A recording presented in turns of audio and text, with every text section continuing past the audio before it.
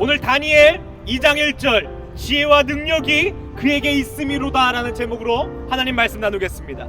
제가 대표로 읽겠습니다. 느부갓네살이 다스린 지 2년이 되는 해에 느부갓네살이 꿈을 꾸고 그로 말미암아 마음이 번민하여 잠을 이루지 못한지라. 오늘 지혜와 능력이 그에게 있음이로다 라는 제목으로 하나님 말씀 나누겠습니다. 제가 어렸을 때요 참 많이 했던 드라마가 사극이었습니다. 이 사극을 보면서 그러한 생각을 많이 했던 것 같아요. 나도 왕이 되면 얼마나 행복할까. 아마 이러한 생각은 누구나 해봤을 것입니다. 돈이 없으면 야 왕이었으면 돈이 많았을 텐데 하고 싶은 거 다 했을 텐데. 근데 놀랍게도요 조선시대의 왕의 평균 수명이 이 45살이었다고 합니다. 이들이 이렇게 빨리 죽은 이유가요 스트레스 때문이었대요. 화병이었고 마음의 병 때문이었다고 합니다. 그래서 많은 왕들이 이 이유 모를 종기가 나서 죽었다고 합니다. 우리는요 이 소식을 들으면서 느껴야 할 것이 지위가 높던지 돈이 많던지 늘 마음의 병과 문제 앞에서 살아간다는 거예요. 근데 예수 믿는 사람들이 참 많이 하는 말이 무엇입니까? 내가 예수 믿는데 왜 이렇게 많은 문제가 있지? 혹시 내가 예수 믿지 않는 거 아닐까? 내가 시험에 드는 거 아닐까? 라고 생각합니다. 그래서 우리가 낙심하고 있으면 가장 속상한 말이 뭔지 아십니까? 주위에서 와서 너 기도 안 해서 그래. 너 더 말씀 열심히 안 들어서 그래. 여러분 말씀 열심히 듣고 기도해도 문제가 생기는 것이 인생입니다. 왜냐하면 바다에 파도가 있는 것과 같기 때문이에요. 우리의 삶은 불완전할 수밖에 없습니다. 근데 놀라운 것은 그러한 삶 가운데 하나님이 주인 되시면 그 모든 문제가 해결된다는 거예요. 오늘 다니엘에 나오는 말씀이 그와 같습니다. 다니엘 2장에 보면요 느부갓네살 왕이 나와요. 근데 이 사건이 참 재밌습니다. 느부갓네살 왕이 꿈을 꾸거든요. 근데 이 꿈 때문에 잠을 자질 못하는 거예요. 그래서 지혜가 있고 이 막 귀신을 부리는 사람들을 다 불러서요 이렇게 얘기하는 겁니다. 내가 무슨 꿈을 꾸었는지 맞추고 그 꿈을 해석하라. 그때 이 사람들이 뭐라 그러냐면 꿈을 알려줘야 해석할 거 아닙니까?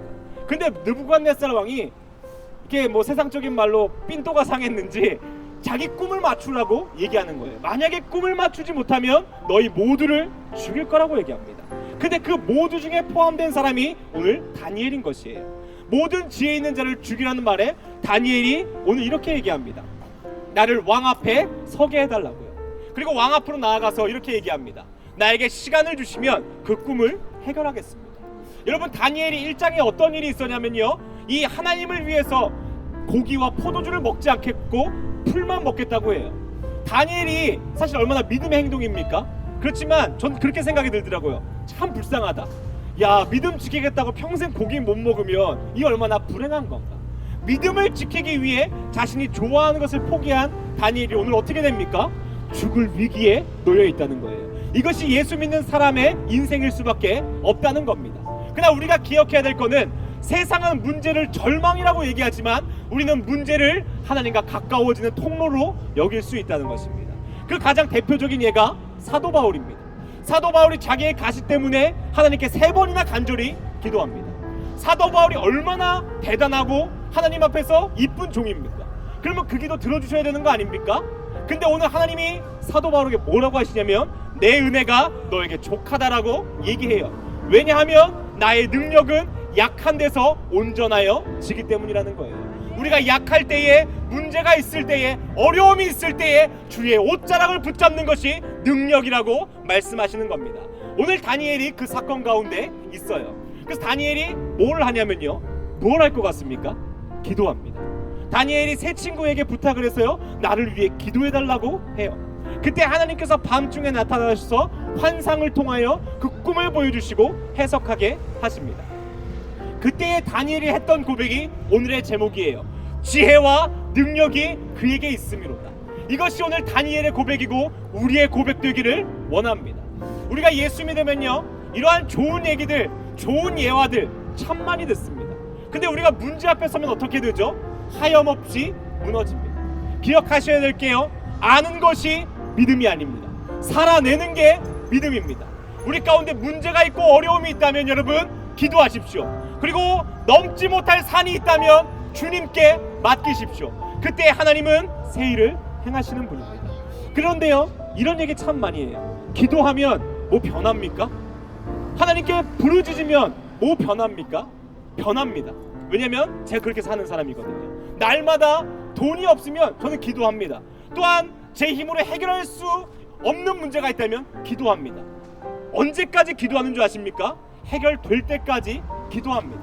왜냐하면 생명과 구원과 지혜와 능력이 하나님께 있기 때문입니다.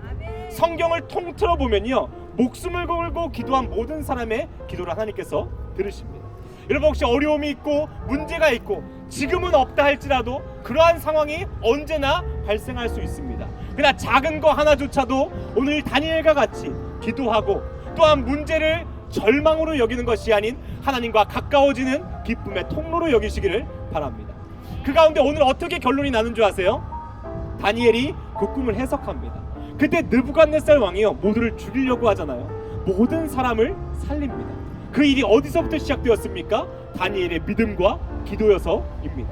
또한 다니엘의 세 친구가 어떻게 되었는 줄 아세요? 다니엘이요, 자기를 위해 기도해준 그 세 친구를요, 자기만 복받는 것이 아닌 왕에게 그 세 친구 또한 이 자신을 위해 기도했다고 얘기합니다.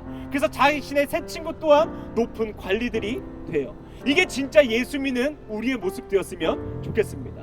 문제마다 넘어지고 문제가 생기면 하나님을 원망하고 기도도 쓸데없어 예배도 소용없어가 아닌 그 문제가 우리의 축복이 될 줄을 믿습니다. 우리의 능력이 약한 데서 온전하여 질 줄을 믿습니다. 오늘 같이 한번 기도하겠습니다.